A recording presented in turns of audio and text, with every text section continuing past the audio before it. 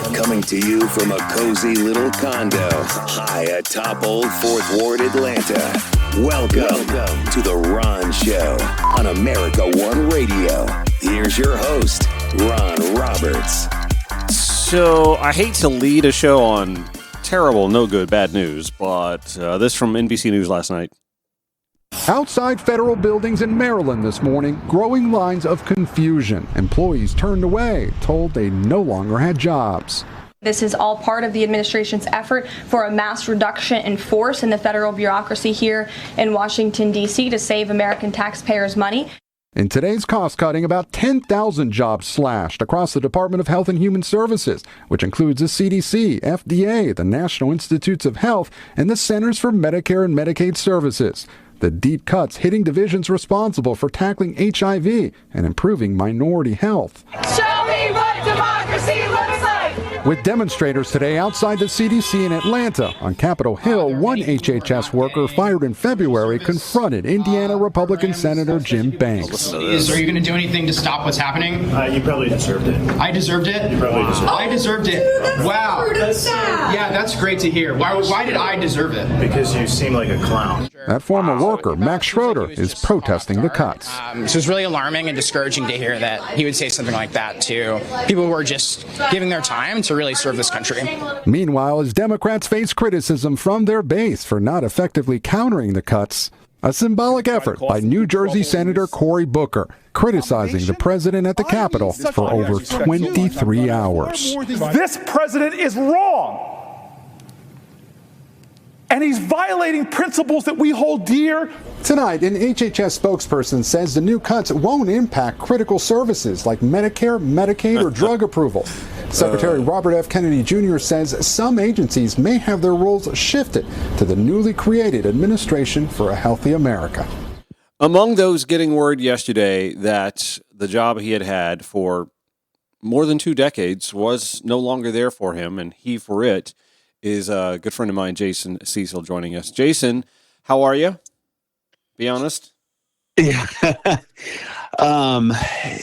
The initial shock has sort of subsided. The best way I can describe it is it very much feels like it feels like I have died, but I'm also very much alive.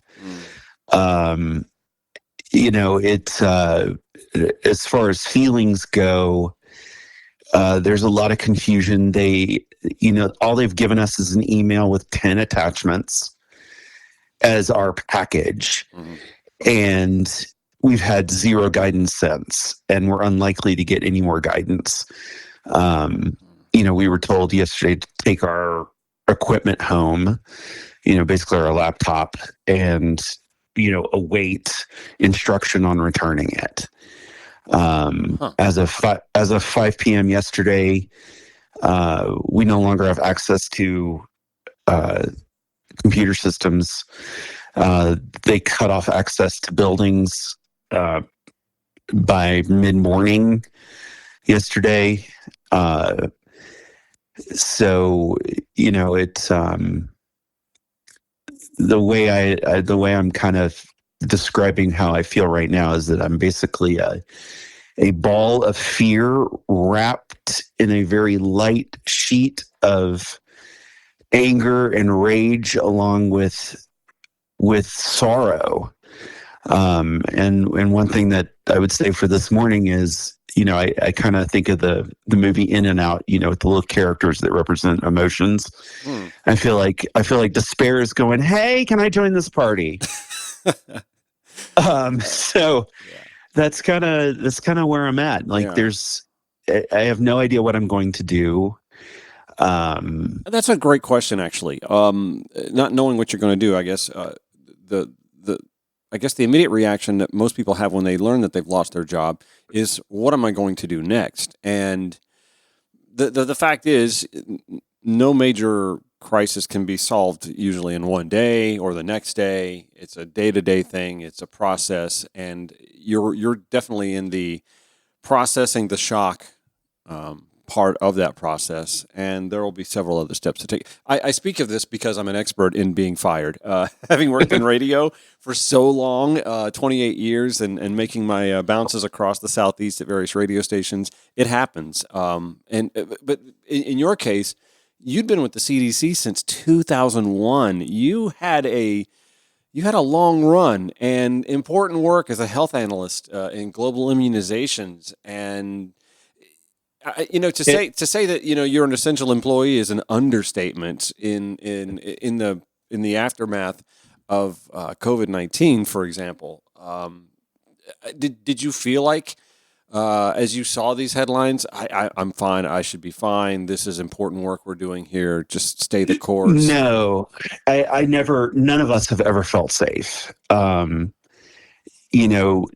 administration has really attacked us as federal workers relentlessly from day one. I've been shocked by what I have seen put in writing about how we're basically worthless and that our very existence is proof of waste and fraud. It's insulting. This is not from CDC leadership, because I can tell you for sure they were kept in the dark the entire time. They were never consulted about RIF plans. They were not asked about what programs do. Basically what happened with my job is that they took one look at the name of my branch and just deleted it because its name was Strategy, Policy, and Communications. Because in the Global Health Center, my team was the only one that was cut yesterday, because everybody else is embedded within their office of the director. So they're not easily identifiable. And you mentioned global immunizations. I had actually, starting in October, it started with a detail, which is a temporary assignment, but it became permanent in December, where I went from global immunizations to take a promotion with the division of global HIV and TB. So I was now working full-time on PEPFAR. And my division was the only one that was hit hard yesterday. Half of my division was eliminated. And this is on top of what they've already done to USAID. Right. Let's. I want to give a little background on PEPFAR too. By the way, for those that are unfamiliar, George W. Bush. That George W. Bush, President George W. Bush, the Republican that served in the first term, the first administration of this century in the United States, the guy who got us into Iraq War and Afghanistan, the scourge of Democrats, George W. Bush. PEPFAR was like a massive pet project of his.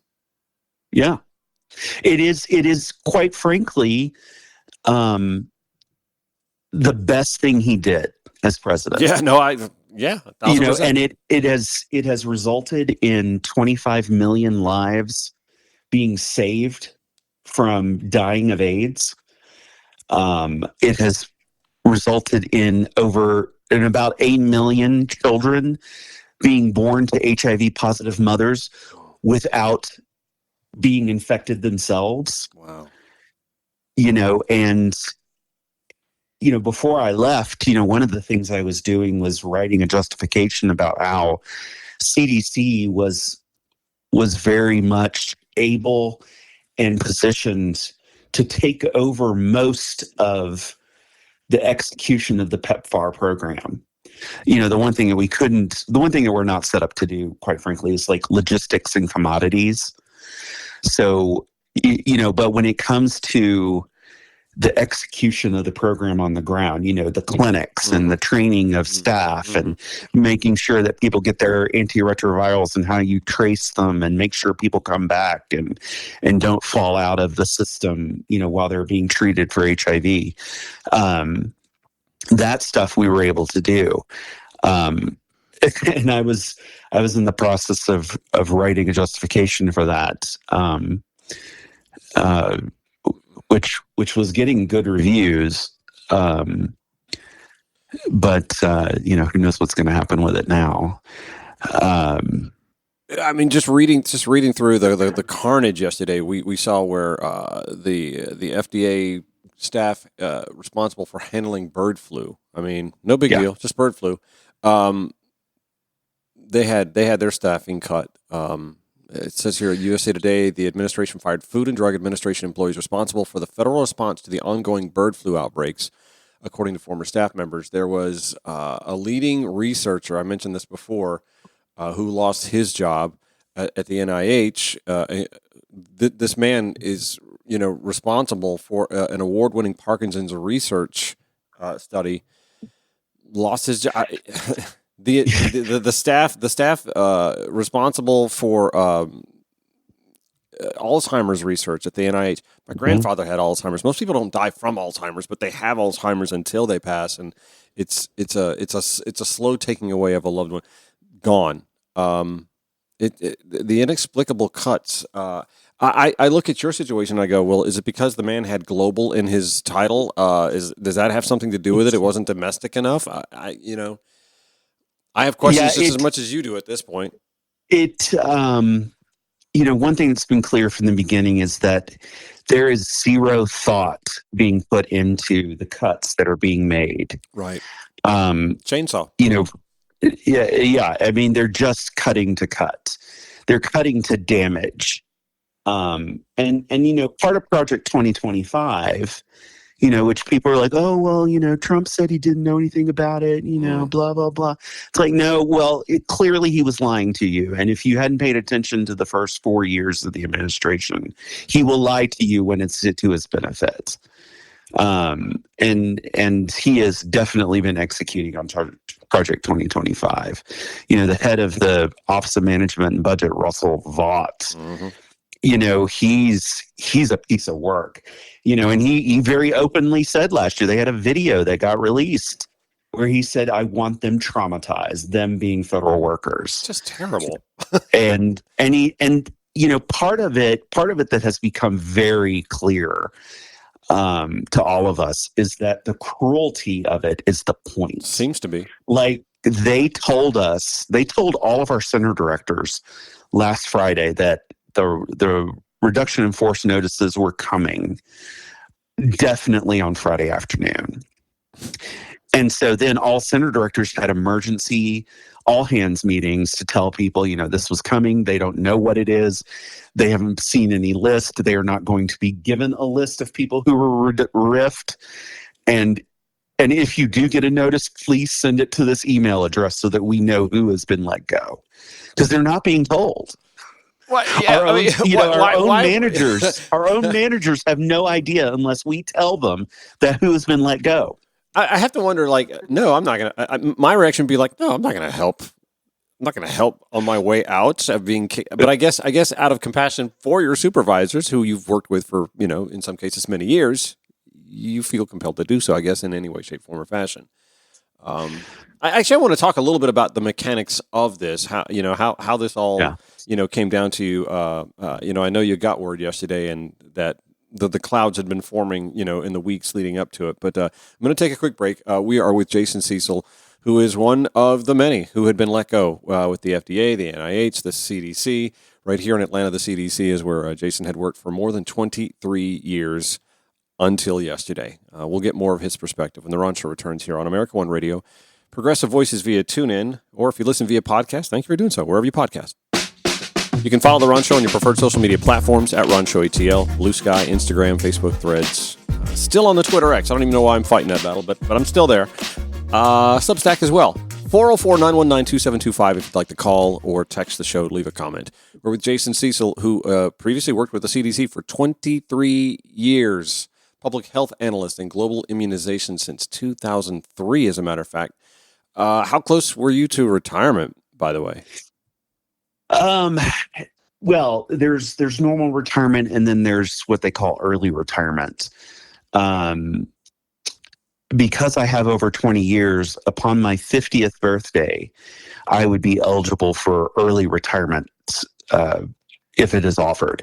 And in a reduction in force or a RIF, they do have a thing that is called displaced retirement authority. Okay.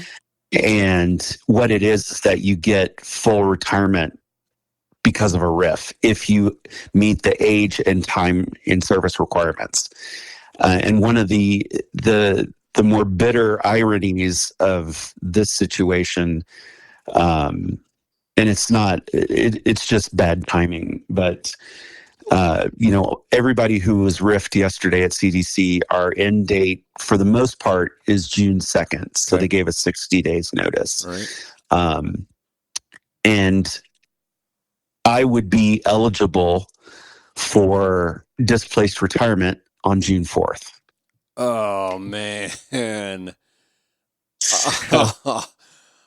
Oh my God! There's got to be like some way you can appeal this. Is there an HR at CDC? Can you say can you just move the date 2 days? I mean, I certainly will look into that. I don't know how it could be done, but I'll see what it does or what I can do. It would be nice. I haven't yet run numbers to see, is it better for me to take the displaced retirement versus the lump sum, not lump sum, but the severance pay. Yeah. The way they do severance is also very complicated. And they very helpfully gave us the worksheet for it. Okay. For us to figure out on our own what our severance is going to be. I mean, they just dick moves. Yeah, the whole thing. Yeah. And then there was another one where they gave us a form to fill out that releases the agency to talk about my employment. I mean, I'm obviously not going to fill that out anytime soon, but they didn't even bother to pre-fill it out. Like this was a form where it's like, insert name of agency. Oh.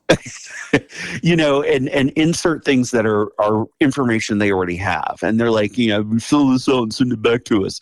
Like, okay, yeah. They also, part of our notice was telling us, that we can contact EEOC, which has also been dissolved at CDC. Pretty much, the guy that they listed, I'm pretty sure was put on administrative leave immediately during the DEI purge.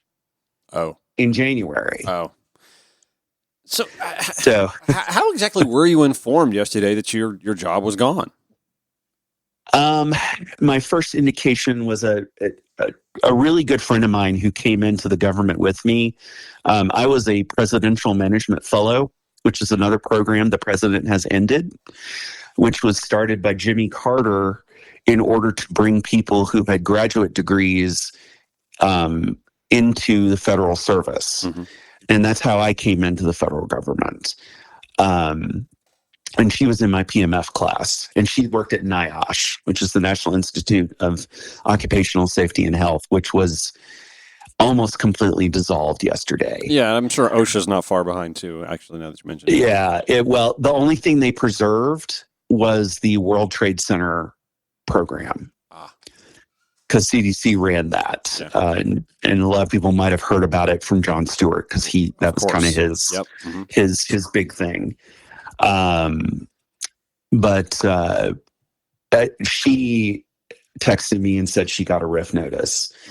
And I was like, oh shit, if they're coming out, let me go look at my phone. So I got my work phone, and there it was. They sent it at 5:15 in the morning. Now, I wasn't sure I was going to be able to go into the office. One of my coworkers, she actually had like personal items at her office that she wanted to get, like pictures of her kids. Yeah. And so she went into the office early and said, my badge works. And so we agreed to come in to get all of our personal stuff. I didn't have a lot because we had been told when we came back to the office full time, like, don't spend a lot of time personalizing because, they're going to move us again. Right. Within a month or so. Okay. And because we all expected the RIF to be coming within the next month. And so we all got there and commiserated and then went to breakfast after we got all of our stuff. We printed out everything. and then just left because we are now on paid administrative leave for the next 2 months. So I've got about 60 seconds here. I do want to come back and take another segment with you if you've got a few more minutes. Yeah. And not to make light of it, but you do have the day off. So I sure do. I'm a lad of leisure now. Yeah. I guess I want to just probe a little bit further, questions about like your future plans. And I know it's so early in the process for you. But this had to have been on your mind at some point in time since last November. Also, what sort of preparations go on in such an important, division of government as the CDC to prepare itself and protect the American people from the potential damage? These are just some questions that I have because it's crossed my mind a few times as we've seen these reductions in workforces coming in at important agencies. So I'll probe you a little bit about that, and then we'll let you get on with your day. We're with Jason Cecil, who was formerly with the Centers for Disease Control here in Atlanta, Georgia, until he got his RIF notice yesterday. It's The Ron Show, America One Radio, Progressive Voices via TuneIn. This is The Ron Show on America One Radio. It's so funny talking to someone who just lost a job that they'd had for so long and thinking back to all the times, and yes, I worked in radio, so it happened a few times, that I'd lost my job. Format flips, change of directions in personality, or this, that, and the other. The last time I lost my job, and as a residential realtor, I pick up and lose jobs all the time. Sometimes people decide they want to go a different direction or opt not to. Anyway, the last time I lost my job was here in Atlanta managing a radio station, and the uncertainty that hit me after moving, my now ex-husband and our pets and all of our belongings here to Atlanta from South Carolina, and my thinking, well, now what? He got his job, and so we decided we were going to, dig in, and that's how I wound up getting into real estate. It's sort of been my backup plan all along. The radio broadcast industry has been hemorrhaging jobs for the last 2 decades. Anyway, so I keep thinking of this situation that's played out for me a couple of times. And so we're with Jason Cecil, formerly with the Centers for Disease Control and Prevention, working as a public health analyst in global immunization since 2003. Jason, that's a long time. You've been in and around Atlanta for more than 20 years. Obviously, you love Atlanta. You're very much entrenched in Atlanta. You even have a role with the DeKalb County Ethics Board. Like this is your home. I know you don't want to leave, but has that crossed your mind? Do I have to leave, or are there jobs for what you do here in Atlanta in the private sector, or perhaps at the state or county level? Those are all excellent questions, Ron. And the short answer is I don't know. Going to state and local government would, quite frankly, very likely mean taking at least a 50% pay cut. Sure. For doing the same thing that I was doing for CDC. The reality is that, my job at CDC anchored me in Atlanta. Mm-hmm. And I'm going to have to cast my net nationwide. Yeah. I'm not, there's nothing keeping me here anymore. My husband's a pharmacist, so he can, he's like, I can get licensed in any state. Right. And, he's lived in Georgia his whole life, so he'd look forward to a different adventure himself. And I worry about my age. I worry about the fact that I am turning 50 and that enters a time where, there's a high likelihood that people are going to be like, oh, you're a little old to take on. Okay, but first of all, let me just butter the bread here a little bit. You're a youthful looking almost 50 dude. So let's pump the brakes on this. Us youthful looking early 50s types or late 40s types, we're still attainable and desirable. Oh, so, I know we look good. I know I look good right now. We make this look good. Yeah. It's and you mentioned your experience in radio, and here's something that a lot of people don't appreciate or understand about federal work. I mean, one of the things that attracted me to federal service was the mission. It's being paid do-gooderism. I spent most of my career working on polio eradication and measles elimination. Trying to fight vaccine preventable diseases at their source overseas so that they did not get imported to the Americas. Thank you. And but that is a little bit of the MAGA mindset, right? That, oh, well, this is international work. It was like the whole USAID thing. Why are we spending all this money to do things for other people when we need help here? Yes, we need help here at home, but obviously the thought process doesn't seem to travel very far. There's no connection of the dots. Yes, stopping a measles outbreak in Colombia or El Salvador might stop measles from coming here, except, of course, in Texas where, idiocy reigns supreme. But that is, the eradication of the pandemic response unit could have, very likely did, I would say, play a role in the outbreak of COVID-19. And, no big deal, but, we scuttled that program in the first Trump term. And now we're seeing this done in such gaudy and irresponsible ways and numbers now. And it's like, okay, well, what's going to hit us next? Because this just seems like the start of one of those dystopian science fiction horror films, with some of the opening scenes, right? I feel like we're in the opening scenes of what's going to be a dystopian sci-fi flick. Oh, yeah. And there will come a point where they're going to be like, oops, we cut too much. Well, so we're going to have to, we're going to have to rehire people. But then I would bet money that they are going to screen people for MAGA loyalty. Of course.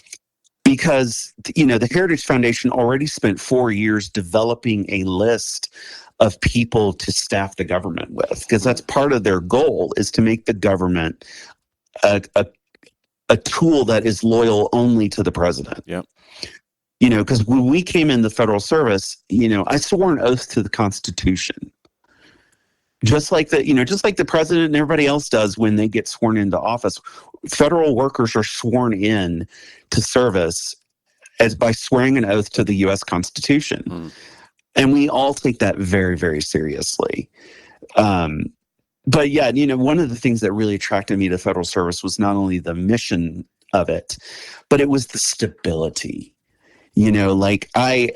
I have lived in dread and fear of being jobless my entire life. I don't know why, but it's one of my personality characteristics. See, you were meant to be in radio. That's what you were just meant to be in radio. I definitely could not handle being in radio.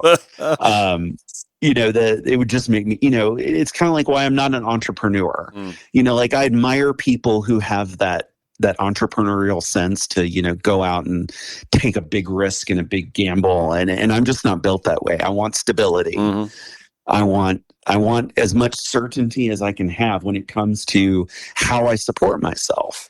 And that was a big thing about being a federal government worker, is that there was a sense until this president came back that unless I personally messed up, it would be because of me messing up badly that I would be fired. But don't you think that was sort of the MAGA mindset was, well, that's the problem. You felt like it was a sense of entitlement or something. You're in and you're set, you're good to go, and now you can cruise. But I don't think a lot of folks actually look at the other side of it. It's a thankless job. You always have to deal with people who go, "Oh, you're a federal worker," and they think less of you because of that. Like somehow you're only going to skate by and do 60% of the work. We all have that DMV mindset, where we see at the DMV we're waiting to be seen, and there's 7 people working windows, but only 4 of them have their lights on and taking numbers, and we get upset about that because we think the other 3 are being callous with their disregard and taking breaks and coasting by, which is normally not the case. They're probably dealing with something else because of the staffing shortage, and there's always a staffing shortage. It seems like in civil service at the local, state, or federal level. But the general public has a disdain for those who work in public service because of the front-facing aspect that we deal with, the customer service aspect that we think is inefficient or surly. Not fully understanding that it's a thankless job, and you're usually working with about, at best, 75% of the tools that you need and the funding that you need to get the job done right. And it's been that way since Reagan. Yeah, and honestly, you don't attract the very best people in those customer service, public facing jobs because they don't pay well. Yeah. I worked very much behind the scenes. I'm somebody who took complicated scientific concepts and basically translated them into language that could be understandable by a non-scientist. Yeah. It's hard to do in English. Yeah.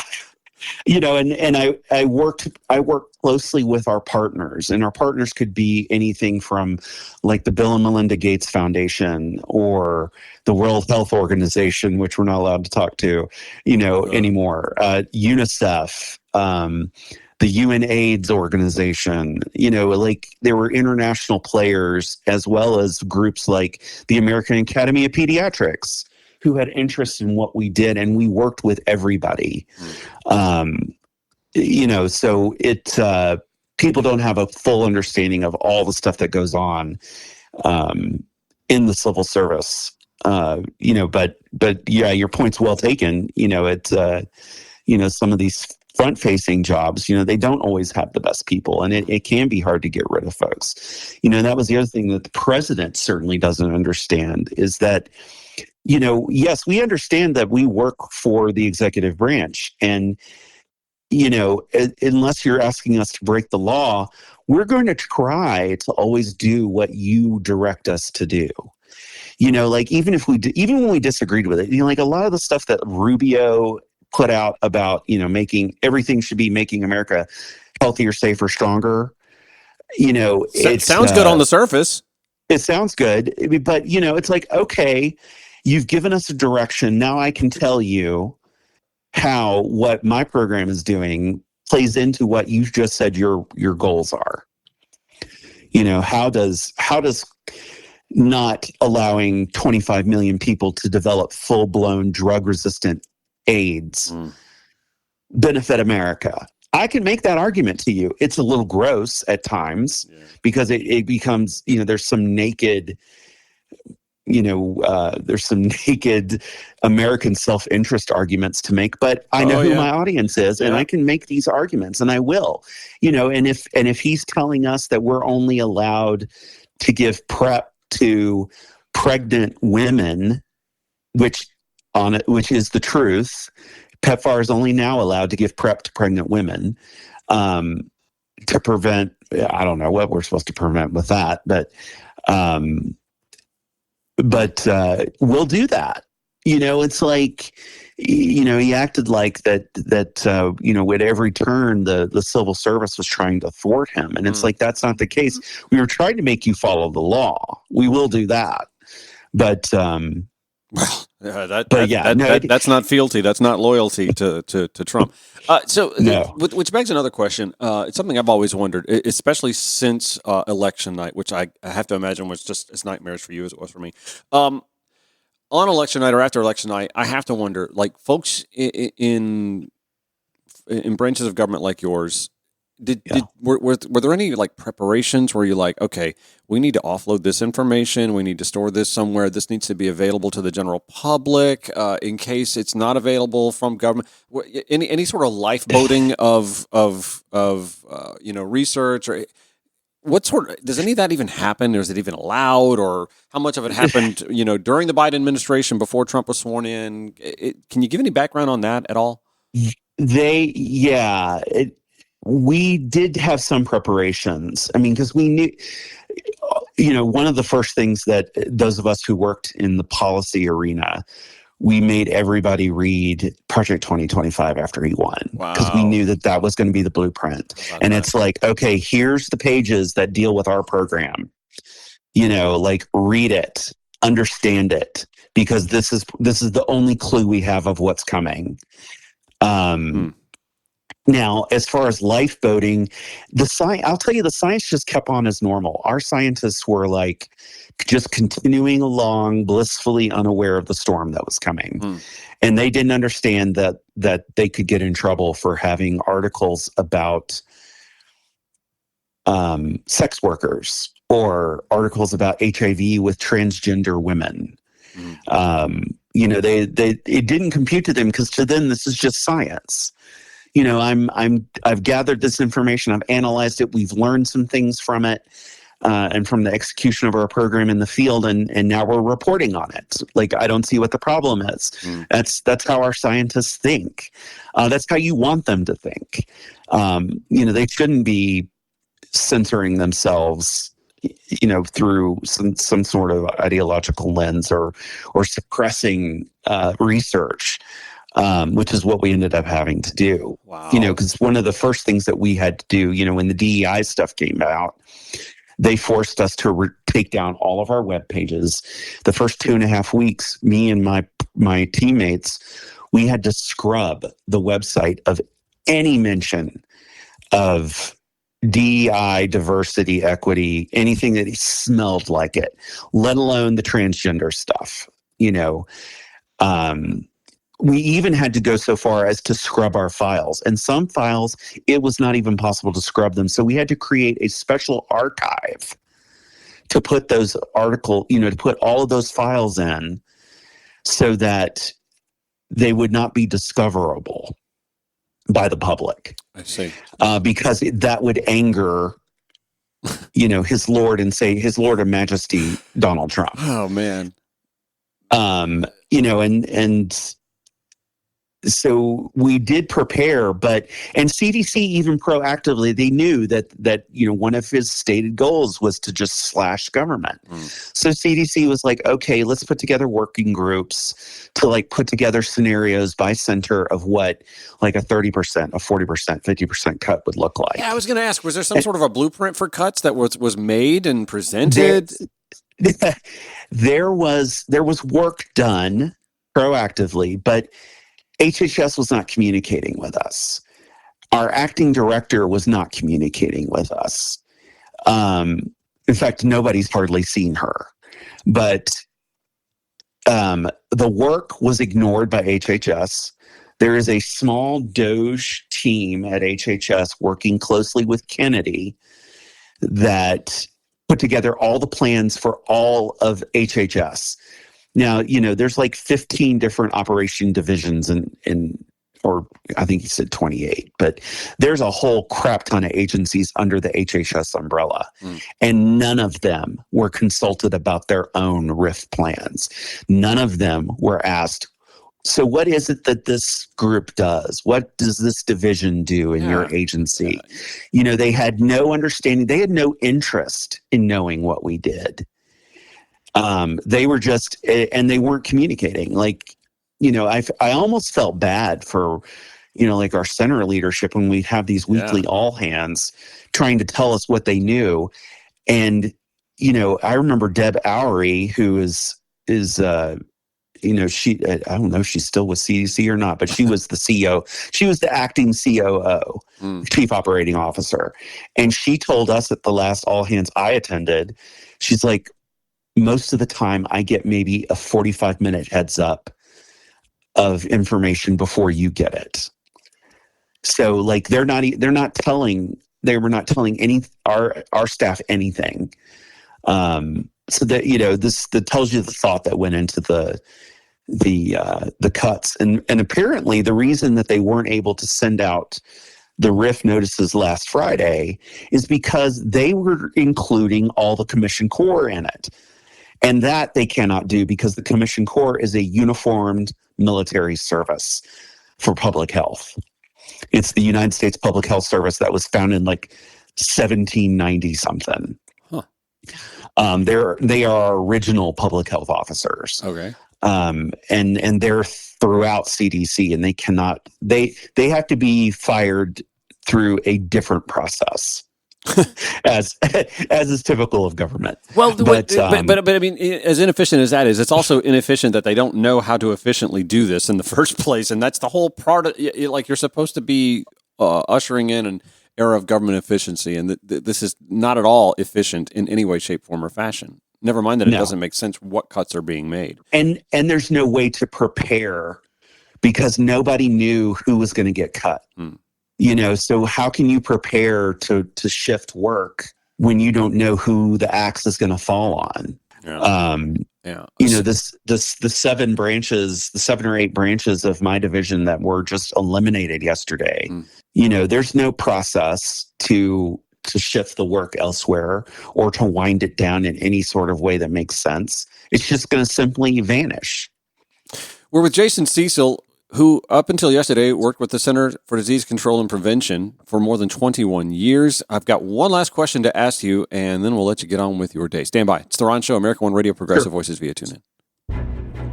All right, final few minutes with my good friend Jason Cecil, who up until yesterday worked with the Centers for Disease Control and Prevention as a public health analyst in global immunizations, which I have to think is a position you knew was imperiled when Robert F. Kennedy Jr. was sworn in, right? Oh, yes. Let alone the fact that we immediately withdrew from WHO again. Yeah. So, okay, withdrawing from WHO is one thing, but you still collaborate with other nations, right? Like with Yes. other allies. And when I talked about offloading or lifeboating, that's what I was thinking. I was like, are there certain things that other countries are taking up in our absence? No, there's not. Quite frankly, you have other donor nations, but they cannot make up the sudden withdrawal of the United States. And there's nobody in the public health sphere that has the experience and capabilities that CDC does in order to build up capacity. And that's a lot of what we do is building up capacity at the local level, where we train people in a country to do these programs and do them well. Yeah. But that's a process. We have, and the last group I worked with, with the global AIDS was, we've graduated different countries to where there's a very light touch now. We basically only consult with these countries and they're running their own programs. And in Africa, that was one of the things that we were looking to move toward 2030 was to get the countries into a place where not only is HIV no longer an epidemic, but it is a chronic disease program that is that could be handled at the local level. Mm-hmm. Maybe with some help and consultation from us being the world's experts in it. But for the most part, we want to get the countries to a place where it's fully integrated into their own health programs so that they can manage it themselves. So here's the part of the process. We have 2 minutes left. Here's the part of the process for you where now you have to say, this isn't my job anymore. And that'll take some time. Trust me. I mean, I was in consultation with former employees at my last radio job for a long time. Questions would come up, problems would come up, and they'd reach out. It's not your job anymore, and you get to start looking forward to what the rest of your life looks like. And hopefully, I'm hoping for you that you'll take the time, go outside, fresh air, exercise, see people that you haven't seen in a long time, talk to people you haven't talked to in a long time, travel, enjoy life a little bit, and try and find the positive in this. And the downtime and the ability to catch up with other people, I think, is part of that. So I'm hopeful that you'll embrace the upside for what is a very downtrodden chapter in your life, but it's just a chapter. I hope so. You're going to shine. I know man. a lot of people say that it's hard to see. It's hard to see that end point right now. Yeah, no, absolutely. You're in the throes of the radioactive portion of the bomb dropping on you, and I totally get that. But you're going to do fine once you figure out what it is that you want to do or wherever that takes you next. I know that, and I think you do too. You're in a mourning period, and I completely understand that. Jason Cecil, thank you so much for joining the Ron Show today and providing your personal perspective and thoughts on literally the aftermath of you losing a job that you'd had for 23 years with the CDC. I can't tell you how much I appreciate this opportunity to talk with you about this. Thank you, Ron. Much appreciated. To you. All right. Show notes, as always, at RonShowATL.com. This show airs 9 a.m., 5 p.m. weekdays on America One Radio, 11 p.m. Progressive Voices via TuneIn, and wherever you podcast. We'll do it all over again tomorrow. Until then, hang in there. You got this.